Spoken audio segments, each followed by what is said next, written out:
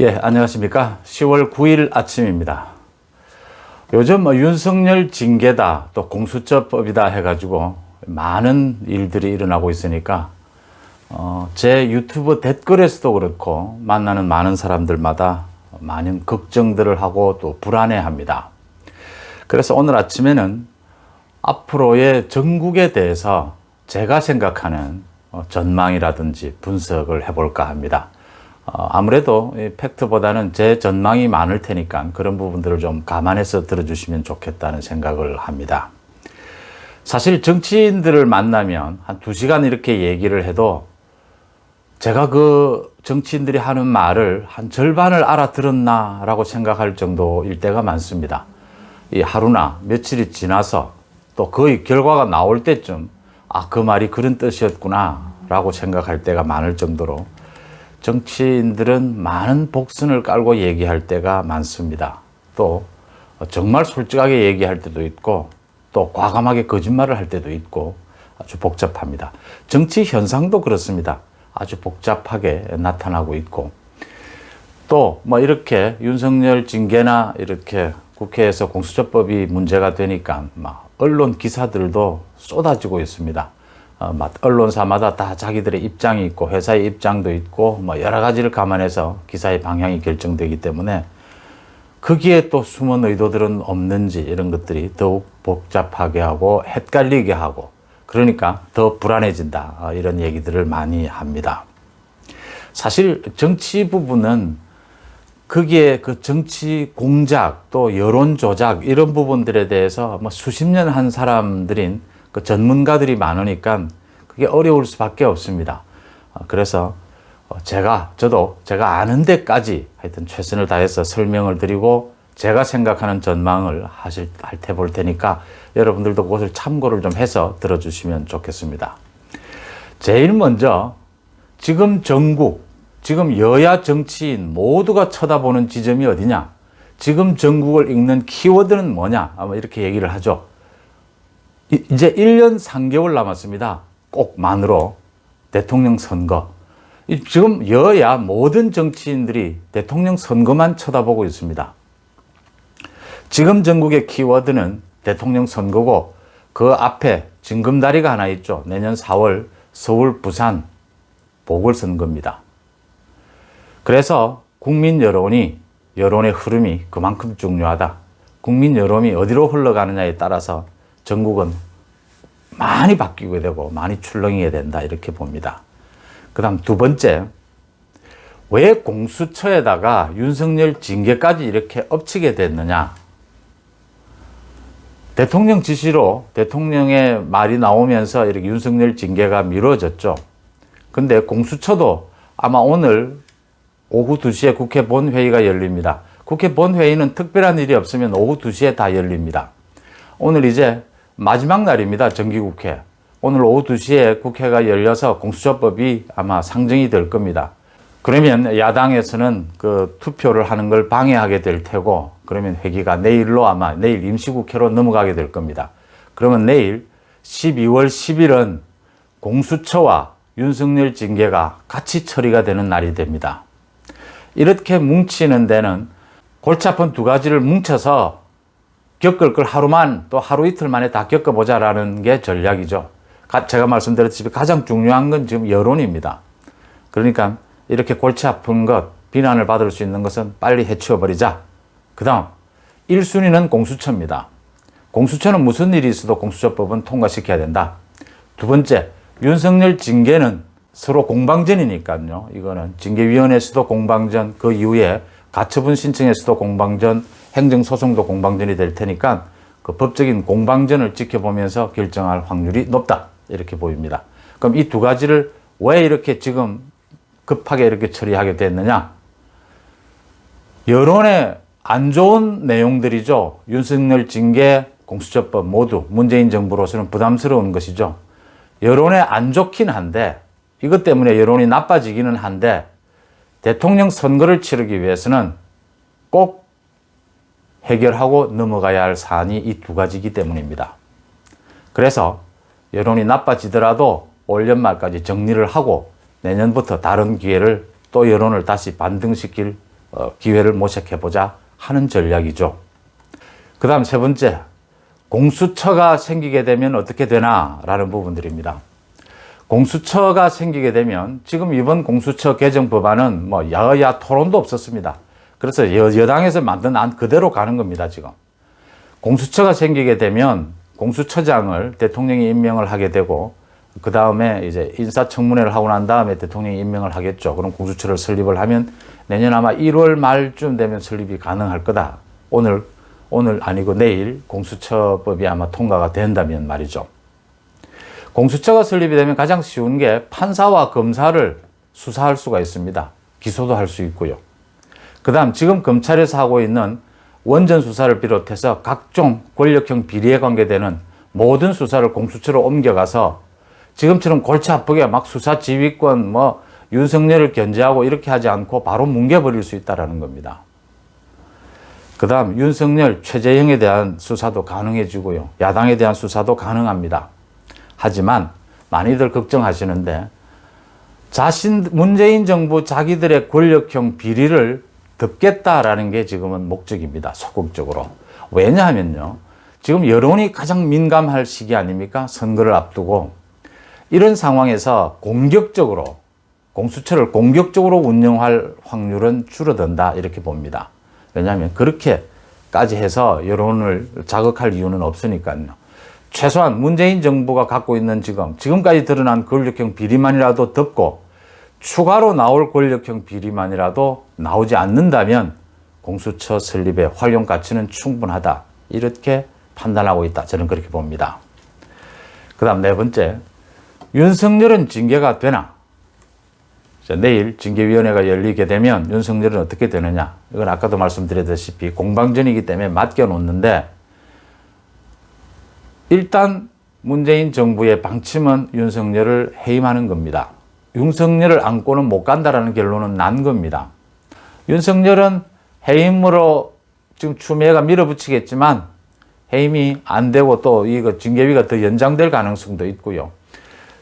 추미애는 지금 자기의 존재 가치가 없어져 버려가지고 추미애는 어떤 방법을 써서라도 해임을 만들어내려고 할 겁니다. 근데 마지막 결정은 문재인 대통령이 제가를 하죠. 문재인 대통령의 결정은 해임이 있고 난 다음에, 징계위 결정이 있고 난 다음에 바로 이어질 그 윤석열이 제기할 가처분 소송에서 이길 수 있느냐 지느냐 그 부분을 보고 문재인 대통령은 판단하게 될 겁니다.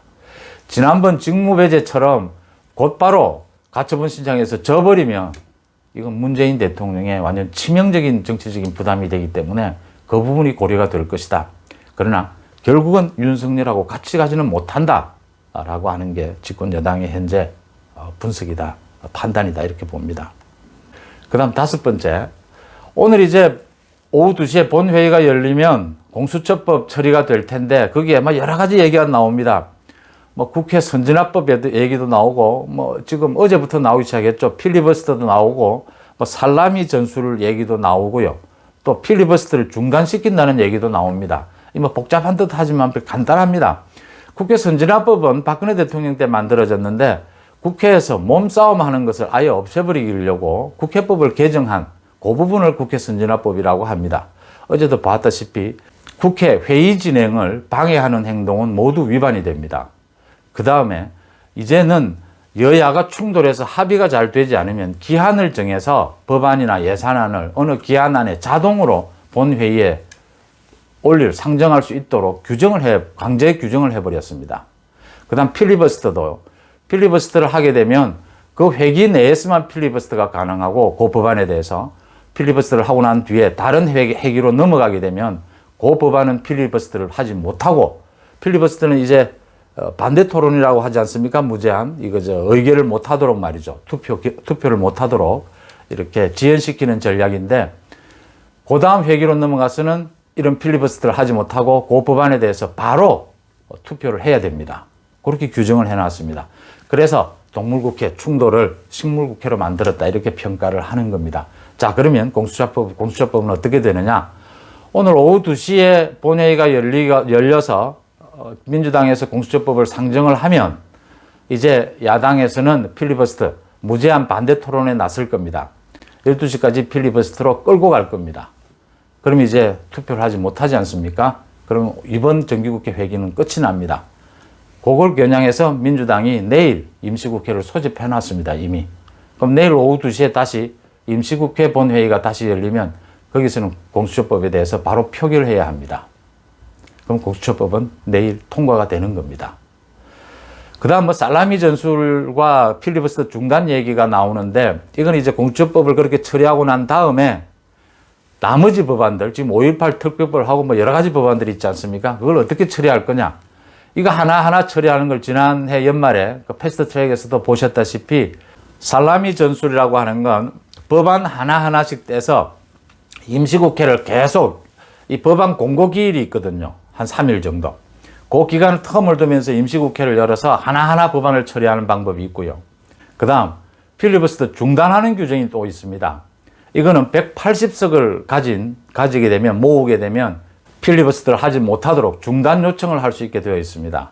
그래서 이번에는 민주당에서는 살라미 전술보다는 필리버스터 중단을 하겠다 해서 지금 자기들이 173석이지 않습니까? 그걸 180석을 만들기 위해서 자기들이 당에서 쫓아냈죠. 뭐 김홍걸이라든지 이런 무소속으로 있는 사람들 쭉 다 끌어모으고 있습니다. 현재까지는 180석을 모으기 위해서. 그 다음 국민의힘에서 김종인 위원장은 왜 이 뭐 전 대통령에 대한 사과를 한다고 했다가 이제 많은 반발에 부딪히니까 이제 시일을 연기하겠다. 또 사과의 내용도 전 정부에 대한 어떤 과오보다는 개혁을 하지 못했던 점을 반성을 하고 앞으로 개혁을 어떻게 하겠다는 걸 이야기하는 쪽으로 하겠다 이렇게 후퇴를 했는데요. 그 다음 7번째. 지금 윤석열 징계를 놓고 추미애가 판사들을 공격하는 페이스북을 올리고 윤석열 측도 지금 이 징계위가 불공정하다라고 하는 사례들을 계속 내놓고 있습니다. 지금 막 거친 여론전 또 법적 공방을 앞둔 자료전, 자료 수집 뭐 이런 공방전이 이루어지고 있는데요. 뭐 많은 내용들이 있습니다. 이 뭐 대검 측에서도 그동안 부당한 감찰 지금 모든 게 조작과 공작으로 드러나지 않습니까? 윤석열에 대한 감찰, 직무배제, 징계 모든 게 지금 추미애 사단이 공작하고 조작했다라는 게 다 드러나고 있지 않습니까? 윤석열 총장이 따박따박 그걸 하나씩 공격 자료를 만들어가고 또 이번 징계위 자체가 불공정하다는 점을 하나 둘 자료로서 밝혀나가고 있고 헌법 소원도 해놓고 또 그 징계위원들 명단도 밝혀달라. 또 기피 신청도 할 준비를 하고 따박따박 윤석열은 준비를 잘 하고 있는데 추미애는 흔들리고 있다. 이렇게 보입니다. 추미애는 사실은 지금은 윤석열 찍어내기 그동안 해온 게 조금 수준 이하다라는 게 자기들 여권의 평가죠. 추미애가 저런 정도로까지 밖에 못할 줄은 몰랐다. 이런 평가이기 때문에 뭔가 보여줘야 하는데 아시다시피 이미 이 판 자체가 윤석열을 무리하게 부당하게 이렇게 쫓아내려고 하다 보니까 추미애가 공격 자료가 없습니다. 그러다 보니까 이제 그 전국 법관회의에서 판사 사찰, 판사 자료에 대해서 뭐 크게 문제 삼지 않는다 하니까 판사들을 또 공격하고 나섰어요. 정치적 중립과 정치에 대한 무관심을 구별하지 못한다라는 거 말을 했는데 자기는 이 말을 차이를 알고 하는 건지 모르겠어요. 자기가 윤석열에 대해서 정치검사라고 공격을 했어요. 그 정치에서는 그럼 정치의 중립과 정치와 무관심하고 뭐가 다른 건가요? 앞뒤 말이 맞아지지 않고 스텝이 꼬이는 이유는 추미애의 스타일도 있지만 이미 이 판 자체가 윤석열을 찍어내기려고 하는 그 판 자체가 부당하다, 조작이다라는 것을 드러내는 것에 불과하다 이렇게 보입니다. 그 다음 8번째. 요즘 또 얘기가 되는 게 대통령이 사과를 한 뒤에 국민에 대해서 공수처를 빨리 통과시켜 달라고 요청을 했고 또 절차의 공정성을 얘기하고 난 다음에 징계위를 뭐 열기는 강행은 하는 걸로 했죠. 이게 뭔 뜻이냐라는 이야기들을 많이 하는데 사과하고 국민에 사과한 부분이나 절차 공정 강조한 것은 그냥 양념일 뿐이다 저는 이렇게 봅니다. 지금 공수처 빨리 추진해서 강행해서 빨리 법안 만들어라. 그 다음에 윤석열 징계해서 쫓아내라. 제대로 쫓아내라는 겁니다. 제대로. 대통령이 쪽팔리지 않게. 그 말을 하려고 하니까 낯가름지럽지 않습니까? 국민들이 빤히 쳐다보고 있는데 그냥 양념으로 절차를 공정하게 해라. 뭐 국민에게 대해서 뭐 송구스럽게 생각한다 한 말에 불과하다. 의미 둘 필요 없다. 저는 이렇게 봅니다. 그 다음 9번째. 과연 이대로 가면 야권이 정권 교체하는 것이 가능하냐? 이런 얘기들을 많이 합니다. 아니면 민주당이 또 집권 연장을 하느냐라는 겁니다. 지금 나오고 있는 여론조사 결과는 정권 교체가 가능한 것으로 나오고 있습니다. 단, 전제 조건이 있습니다. 야권 전체가 뭉쳐서 단일 경쟁력 있는 단일 후보를 낼 경우에 정권 교체가 가능할 수 있다라는 겁니다.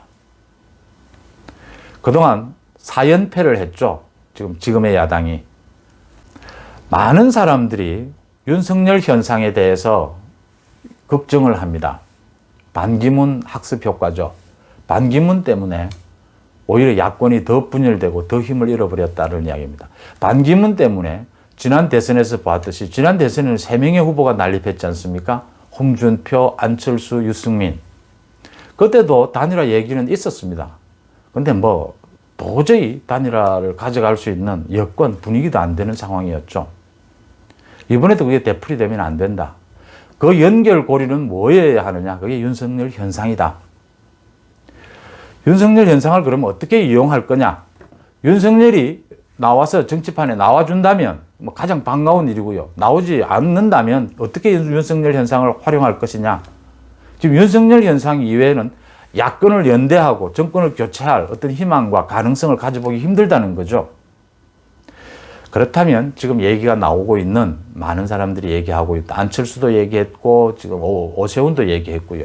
지금 야권 전체의 틀, 뭐 원탁 회의 모양도 좋고요. 야권 연대의 틀을 만들자라는 부분에 김종인 위원장도 빨리 이제 김종인 위원장이 생각하던 그 전략, 국민의 힘을 중심으로 해서 야권 전체를 끌고 추동해 간다라고 하는 그 전략은 한계에 왔다라는 걸 스스로도 지금 알고 있지 않습니까? 그런 부분들을 생각해야 된다. 제가 마지막으로 야권을 지지하는 사람들은 어떤 자세를 가져야 되느냐 제가 생각하는 것입니다. 결국 여론전입니다. 국민 여론이 승부를 가리게 될 테고 선거를 가리게 될 겁니다. 여권에서는 지금 문재인 정부에서는 꼼수를 쓰고 어거지를 쓰고 또 어떤 수준 이하의 무슨 정치 행동을 해도 괜찮습니다. 왜냐하면 집권해 있고 야권보다 훨씬 앞서가고 있기 때문입니다. 제일 중요한 게 지금 야권의 정치인은 물론이고 야권 지지자들이 소수파고 훨씬 뒤떨어졌고 지금 정권을 이렇게 바꿀 수 있는 능력이 희망이 굉장히 부족하다는 것을 인식해야 된다. 저는 그렇게 봅니다. 지금 따라가야 할 곳이 길이 너무 멀리 남았습니다. 문재인 정부 여권은 지금 좀 실수도 좀 해도 되고요. 지금 여론이 좀 나빠진다 하더라도 자기들이 선거를 치르는데 도저히 있어서는 안 될 장애물로 여겨지는 윤석열 공수처 처리하고 갈 수 있습니다. 그런 여유를 부릴 수 있습니다. 근데 야권은 그럴 여유가 없습니다. 지금은 무조건 뭉치고 하나라도 더 보태야 될 때다. 또 문재인 정부 여권은 소위 문바들에게 대해서 그 비위를 맞춰주는 일을 얼마든지 해도 괜찮습니다. 소위 집토끼 산토끼인데요. 집토끼를 위한 정치를 해도 괜찮습니다. 그 여유가 있습니다.